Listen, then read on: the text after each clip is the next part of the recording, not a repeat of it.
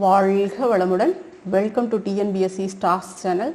Students, இன்னைக்கு நம்மளோட video 7th ஸ்டாண்டர்டுக்கான Tamil இயல் 6 தமிழ் ஒளிர் இடங்கள் விரிவானம்.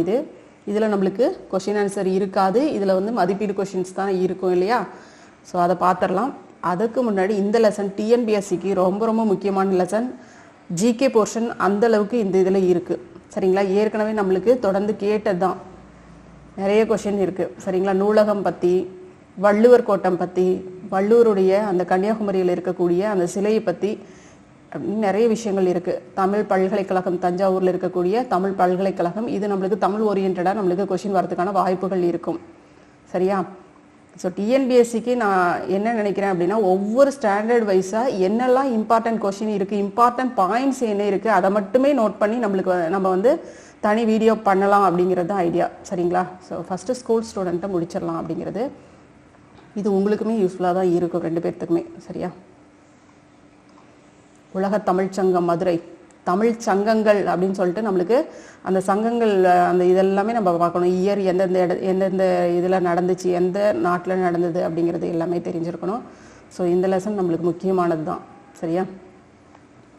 இதில் எந்த மாதிரியான கொஷின் கேட்டிருக்காங்க அப்படின்னு பாருங்கள். உங்கள் மாவட்டத்தில் உள்ள சுற்றுலா இடங்களின் சிறப்புகளை எழுதி வருக அப்படிங்கிறாங்க. நீங்கள் கண்டுகளித்த இடங்களின் தனித்தன்மைகளை எழுதுக. நீங்கள் சுற்றுலா வழிகாட்டியாக இருந்தால் சுற்றுலா கையேடு என்னும் பகுதியில் உள்ள இடங்களை பார்வையிட வருபவர்களுக்கு எவ்வாறு விளக்கி கூறுவீர்கள்? சுற்றுலா வழிகாட்டி அப்படின்னா என்னதுங்க? டூரிஸ்ட் கைடுன்னு சொல்லுவோம் இல்லையா? நம்ம ஒரு இடத்துக்கு தெரியாத இடத்துக்கு போகிறோம், அவங்க தான் நம்மளுக்கு இந்த ஊரில் இந்த மாதிரியான விஷயங்கள்லாம் பாப்புலரான இது, நீங்கள் இந்த இடங்களுக்கு போய் பார்க்கலாம். இப்போ சிங்கப்பூர் போகிறோம் அப்படின்னா சிங்கப்பூரில் எந்த மாதிரியான விஷயங்கள்லாம் ஃபேமஸாக இருக்குது, எங்கே போனால் நல்லாயிருக்கும், நம்ம சுற்றுலா தலங்கள் அங்கே என்ன இருக்குது, எப்படி போகலாம், எந்த ஹோட்டலில் தங்கலாம், இந்த மாதிரியான விஷயங்கள் எல்லாமே அவங்க தான் நம்மளுக்கு கைட் பண்ணுவாங்க. ஸோ அதுதான் வழிகாட்டி அப்படின்னு சொல்கிறோம். இதுக்கு தனி படிப்பும் கூட இருக்குது. சரிங்களா? ஸோ இது நல்லாவே காசு பார்க்கக்கூடிய படிப்பு தான். அதுக்கு திறமை, பேச்சு திறமை இருந்துச்சுனாவே போதும் இதுக்கு. சரியா? எவ்வளவோ வாய்ப்புகள் இருக்குது நம்மளுக்கு வேலைக்கு அப்படிங்கிறது பார்த்தோம்னா, இன்ஜினியரிங், மெடிக்கல் அப்படிங்கிறது மட்டுமே இல்லை, எவ்வளோ படிப்புகள் இருக்குது. அதனால் வாழ்கிறதுக்கு வாய்ப்புகள்லாம் நிறைய இருக்குது. படிக்கும்போது சிறப்பாக படிங்க, அது மட்டும் போதும். சரியா? ஓகே, நம்ம பார்க்கலாம். கொஷின் பார்க்குறதுக்கு முன்னாடி மனவரைபடம் பார்த்துருவோம். தமிழ் ஒளிர் இடங்கள். சரஸ்வதி மஹால் கிபி 1122.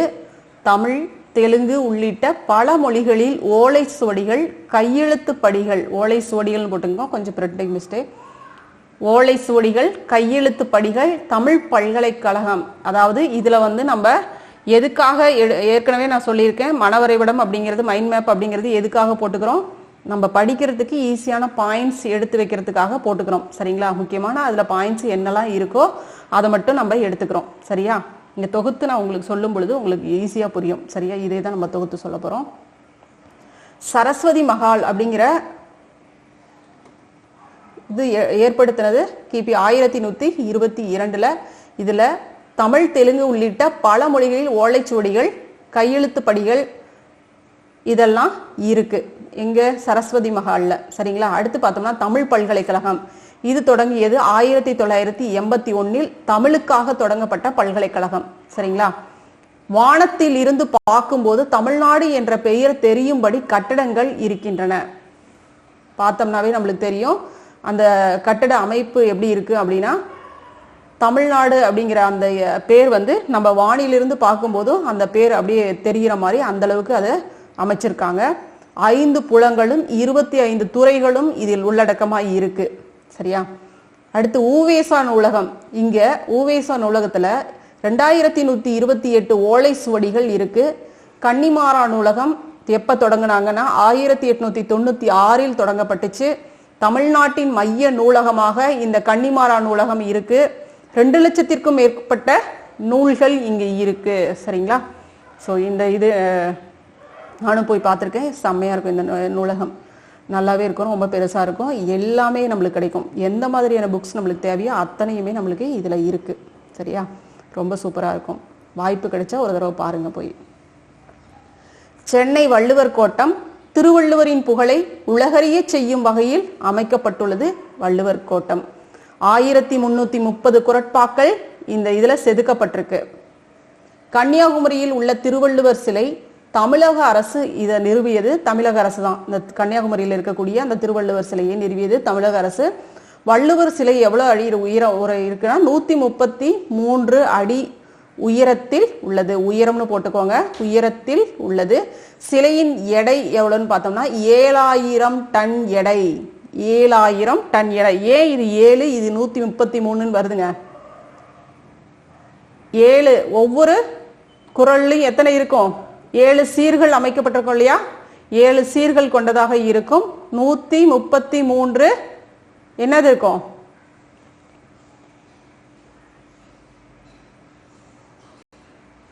அதிகாரங்கள் எத்தனைங்க? 133 இல்லையா? அதுதான் சரியா? ஸோ அதெல்லாமே ஒவ்வொன்றும் ஒரு திறமையை பறைசாற்றக்கூடிய அளவில் தான் இது எல்லாமே உருவாக்கப்பட்டிருக்கு. சிலைகள், அதாவது வள்ளுவர் கோட்டமாகட்டும், கன்னியாகுமரியில் உருவாக்கப்பட்ட அந்த சிலையும் அதுவுமே ரெண்டுமே வந்து தமிழின் பெருமையை பறைசாற்றக்கூடிய வகையில் சூப்பராக அதை அமைச்சிருக்காங்க. நெக்ஸ்ட் இதையே நம்ம எப்படி தொகுத்து கொடுக்கலாம் அப்படின்னு பாருங்க. இதை போட்டு மைண்ட் மேப் கண்டிப்பாக ஃபர்ஸ்ட் போட்டுக்கிட்டு அதுக்கப்புறம் படிங்க, நல்லாயிருக்கும். தஞ்சை சரஸ்வதி மகால் நூலகம் இந்தியாவில் உள்ள பழமையான நூலகம். இது கிபி 1122ஆம் ஆண்டு தொடங்கப்பட்டுச்சு. 1122 முதல் இது இயங்கி வருகிறது. தமிழ், தெலுங்கு உள்ளிட்ட பல மொழிகளில் ஓலைச்சுவடிகள், கையெழுத்து படிகள் இங்கு இருக்கு. தமிழ் பல்கலைக்கழகம் 1981 தமிழுக்காக தொடங்கப்பட்ட பல்கலைக்கழகம். சரிங்களா? எப்போ தொடங்கினாங்க? 1981 தொடங்கப்பட்டது. வானத்தில் இருந்து பார்க்கும்போது தமிழ்நாடு என்ற பெயர் தெரியும்படி கட்டடங்கள் இருக்கின்றன. 5 புலங்களும் 25 துறைகளும் இங்கு உள்ளன. உவேசா நூலகம் இங்கு உவேசா நூலகத்தில் 2128 ஓலை சுவடிகள் மற்றும் 2041 தமிழ் நூல்களும் உள்ளன. கன்னிமாரா நூலகம் 1896 தொடங்கப்பட்டுச்சு. தமிழ்நாட்டின் மைய நூலகமாக இது திகழ்கிறது. 2 லட்சத்திற்கும் மேற்பட்ட நூல்கள் இங்கு இருக்கு. சென்னை வள்ளுவர் கோட்டம் திருவள்ளுவரின் புகழை உலகறிய செய்யும் வகையில் அமைக்கப்பட்டுள்ளது. 1330 குறட்பாக்கள் செதுக்கப்பட்டுள்ளன. கன்னியாகுமரியில் உள்ள திருவள்ளுவர் சிலை தமிழக அரசு இதனை நிறுவியது. வள்ளுவர் சிலை 1133 அடி உயரத்தில் உள்ளது. சிலையின் எடை 7000 டன் எடை கொண்டது. தமிழரின் அடையாளமாக இது திகழ்கிறது. இந்த மாதிரி இது வந்து இன்னும் ரொம்ப ஷார்ட். இப்போ நான் கொடுக்க போற இந்த இது வந்து கொஞ்சம் அதிகமாக இருக்கும். இது எப்படி நம்ம கொடுக்கலாம் அப்படின்னா, இதையே கூட நீங்கள் அப்படியே கொஸ்டின் டைப்லேயே கொடுக்கலாம். ஆனால் இது கொஞ்சம் சின்னதாக இருக்கும், அவ்வளோதான். உவேசா நூலகம் அப்படின்னு போடுறீங்க. உவேசா நூலகம் கீழே வந்து இப்போ நான் உங்களுக்கு பாயிண்ட் காட்டும் பொழுது உங்களுக்கு புரியும். சரிங்களா? அதுக்கு கீழே ஒரு 2 பாயிண்ட் கொடுக்குறோம். அடுத்து தமிழ்நாட்டின் கன்னிமாரா நூலகம் எடுக்கிறீங்க. கன்னிமாரா நூலகத்துக்கு கீழே 2 பாயிண்ட். திருவள்ளுவரின் வள்ளுவர் கோட்டம், கன்னியாகுமரியில் உள்ள அந்த திருவள்ளுவர் சிலை. ஸோ இது எல்லாமே எப்படி கொடுக்கலாம்? நம்ம ஒரு கொஸ்டின் டைப்பில் அந்த மதிப்பீடு கொஸ்டினுக்கு எப்படி நம்ம ஆன்சர் கொடுக்கலாம் அப்படின்னு பாருங்க. இப்போ பார்த்தீங்கன்னா புரியும். இந்த தமிழ்நாடு அப்படிங்கிற அந்த பேர் நம்மளுக்கு மேலே வானத்திலிருந்து பார்க்கும் பொழுதும் இந்த மாதிரி நம்மளுக்கு தெரியும். சரிங்களா? அந்த மாதிரி அமைச்சிருக்காங்க. அந்த கட்டட அமைப்பு அப்படி இருக்கு. கன்னிமாரா நூலகம், வள்ளுவர் கோட்டம், கன்னியாகுமரி சிலை, மதுரை தமிழ் சங்கம். சரியா? இப்போ நம்ம இந்த கொஸ்டின் பார்க்கலாம். நீங்கள் சுற்றுலா வழிகாட்டியாக இருந்தால் சுற்றுலா கையேடு என்னும் பகுதியில் உள்ள இடங்களை பார்வையிட வருபவர்களுக்கு எவ்வாறு விளக்கி கூறுவீர்கள்? இதே லெசன். இது வந்து ஒரு சுற்றுலா தளம் தான். சரிங்களா? நம்ம சுற்றுலா அப்படின்னு எடுத்துக்கிட்டோம்னா எந்தெந்த மாதிரியான விஷயங்கள் நம்ம வந்து சுற்றுலா அப்படின்னா மைண்டுக்கு வரக்கூடிய விஷயங்கள் என்ன அப்படின்னா, ஒரு உயிரியல் பூங்காவாக இருக்கலாம், பழமையான நினைவு சின்னங்கள், இயற்கை அழகு நிறைந்த பகுதிகளாக இருக்கலாம், வழிபாட்டு இடங்கள், கோயில்கள், அந்த மாதிரியான விஷயங்கள், கடற்கரை பகுதிகள், பூங்காக்கள். சரிங்களா? இந்த மாதிரியான விஷயங்கள் தான் நம்மளுக்கு உடனடியாக மைண்டுக்கு வரக்கூடியது. மலை பிரதேசங்கள், இந்த இதெல்லாம். ஸோ இதில் பொறுத்த வரைக்கும் நம்மளுக்கு பழமையான நினைவு சின்னங்கள், அதுலேயும் இது சாரும். முக்கியமாக வந்து பார்த்தோம்னா நம்மளுக்கு அறிவு சார்ந்த விஷயங்களை பார்க்கறதுக்கான ஒரு தேடலாக தான் இந்த இது இருக்கும். சரிங்களா? சரி, பார்க்கலாம் கொஸ்டின் எப்படி இருக்குன்னு பார்ப்போம். எப்படி எழுதலான்னு பாருங்க. சரஸ்வதி மகால் ஃபர்ஸ்ட். தஞ்சை சரஸ்வதி மகால் நூலகம் இதுதான் அப்படின்னு போட தேவையில்லை. தஞ்சை சரஸ்வதி மகால் நூலகம் நம்ம காட்டும் பொழுது என்ன சொல்லுவோம், நம்மளுக்கு என்ன கேட்குறாங்க, வழிகாட்டியாக இருந்தால் சுற்றுலா கையேடு அப்படிங்கிற பகுதியில் பார்வையிட வரவங்களுக்கு நீங்கள் எப்படி வந்து சொல்லுவீங்க, சரிங்களா? நீங்கள் ஒரு இடத்துக்கு போயிருக்கீங்க அப்படின்னு அசியூம் பண்ணிக்கோங்க. நீங்கள் இந்த இடத்துல நிற்கிறீங்க, சரஸ்வதி மகால் நூலகத்துக்கிட்ட நிற்கிறீங்க, நீங்கள் அவங்கக்கிட்ட இந்த மாதிரி பேசுகிறீங்க, சரஸ்வதி மகால் நூலகம் இதுதான், அது கரெக்டாக போட்டுக்கோங்க. இந்தியாவில் உள்ள பழமையான நூலகம் இது. கிபி 1122ஆம் ஆண்டு முதல் இந்த நூலகம் இயங்கி வருகின்றது. தமிழ், தெலுங்கு உள்ளிட்ட பல மொழிகளில் ஓலைச்சுவடிகள், கையெழுத்து படிகள் இங்கு உள்ளன அப்படிங்கிறத, அதாவது எது வந்து இங்க முக்கியமான விஷயம் அப்படிங்கிறத மட்டுமே நம்ம அந்த இடத்துல அவங்களுக்கு கொடுக்கணும், சரிங்களா? தேவையில்லாம வளவலன்னு பேசி அவங்களோட டைமையும் வேஸ்ட் பண்ணக்கூடாது, போர் அடிக்க வைக்கக்கூடாது, சரியா? ஸோ இந்த இடத்துக்கு வந்தா இந்த மாதிரியான விஷயங்கள் இருக்கு, இதுல பார்வையிட்டா அப்படிங்கிறது உள்ள சுருக்கமா நம்ம சொல்லணும். ஸோ இதுதான் இங்க, சரிங்களா? இது எப்ப இருந்து இயங்கி வருது, இது எந்த மாதிரியான முக்கியத்துவம் வாய்ந்த ஒரு விஷயம், இதுக்குள்ளார போனா உனக்கு எந்த மாதிரியான விஷயங்கள்லாம் கிடைக்கும் அப்படிங்கிறது தான் நம்ம கொடுக்குறோம், சரியா? அடுத்தது தமிழ் பல்கலைக்கழகம். தமிழ் பல்கலைக்கழகம் இது 1981 தமிழுக்காக தொடங்கப்பட்ட பல்கலைக்கழகம். வானத்தில் இருந்து பார்க்கும்போது தமிழ்நாடு என்ற பெயர் தெரியும்படி கட்டடங்கள் இருக்கின்றன. இங்கு 5 புலங்களும் 25 துறைகளும் உள்ளன. ஊவேசா நூலகம். இது ஊவேசா நூலகம்.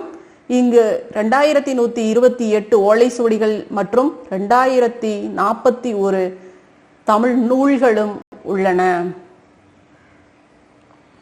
அடுத்தது கன்னிமாரா நூலகம். 1896 இது தொடங்கப்பட்டது. தமிழ்நாட்டின் மைய நூலகமாக இது திகழ்கிறதுன்னு போடுங்க, சரிங்களா? 2 லட்சத்திற்கும் மேற்பட்ட நூல்கள் இங்கு உள்ளன. அடுத்து வள்ளுவர் கோட்டம். இதுதான் சென்னை வள்ளுவர் கோட்டம். திருவள்ளுவரின் புகழை உலகறிய செய்யும் வகையில் அமைக்கப்பட்டுள்ளது. 1330 குறட்பாக்கள் செதுக்கப்பட்டுள்ளன. திருவள்ளுவர் சிலை கன்னியாகுமரியில், இதுதான் கன்னியாகுமரியில் உள்ள திருவள்ளுவர் சிலை. தமிழக அரசு இதனை நிறுவியது. வள்ளுவர் சிலை 133 அடி உயரத்தில் உள்ளது. உயரத்தில் போட்டுக்கோங்க. சிலையின் எடை 7000 டன் எடை கொண்டது. தமிழரின் அடையாளம் இது, சரிங்களா? பூம்புகார் சிற்பக்கலை கூடம். இதுதான் பூம்புகார் சிற்பக்கலை கூடம். 2000 ஆண்டுகளுக்கு முன் இந்த நகரம் சோழர்களின் தலைநகரம், சரிங்களா? சோழர்களின் தலைநகரமாக விளங்கியது எதுங்க? பூம்புகார் தான். இக்கூடம் 7 நிலை மாடம் கொண்டது. 7 நிலைகளில் இருக்கக்கூடிய அந்த மாடங்களை உடையது.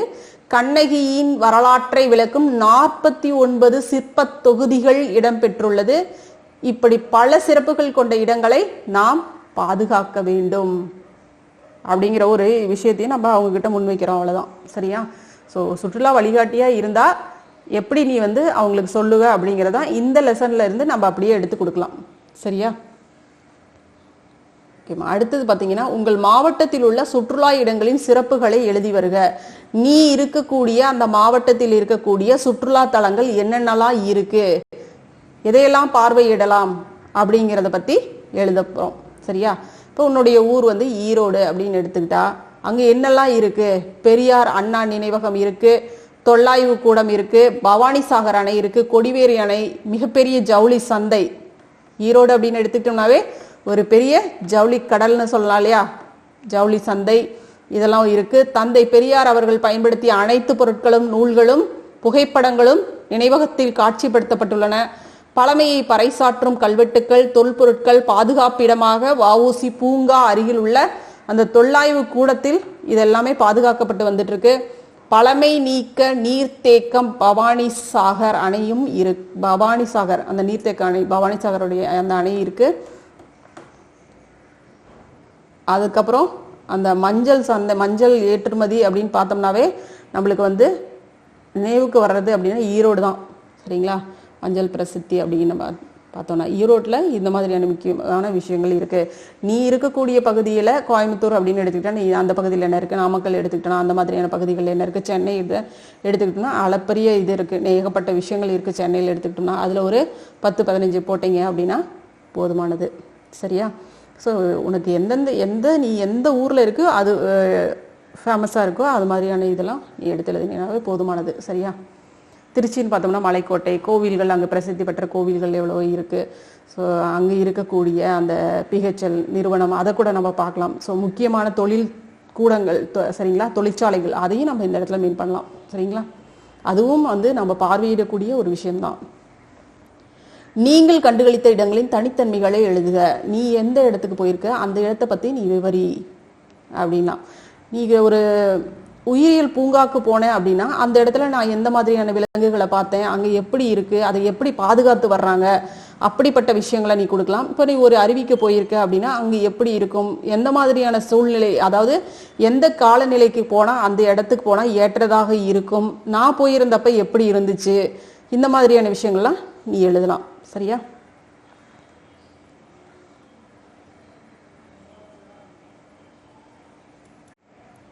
இந்த லெசன் பொறுத்த வரைக்கும் நம்மளுக்கு இதோட முடிஞ்சிச்சு. ஸோ இதில் கண்டிப்பாக உங்களுக்கு யூஸ்ஃபுல்லாக இருக்கும். மன வரைபடமும் யூஸ்ஃபுல்லாக இருந்திருக்கும். கண்டிப்பாக மற்ற கொஷினும் உங்களுக்கு பயனுள்ள வகையில் இருக்கும்னு நினைக்கிறேன். கண்டிப்பாக உங்களோட ஃப்ரெண்ட்ஸுக்கும் ஷேர் பண்ணுங்கள், அவங்களுக்கும் பயன்படட்டும். சரிங்களா? நெக்ஸ்ட்டு பார்த்தோம் அப்படின்னா அடுத்தது தொழிற்பெயர். இயல் 6ல் தொழிற்பெயர், அடுத்தது திருக்குறள் இருக்குது. நம்ம இது அடுத்த வீடியோவில் இது ரெண்டையுமே முடிச்சிடுவோம். சரிங்களா? ஓகேம்மா, தேங்க்யூ.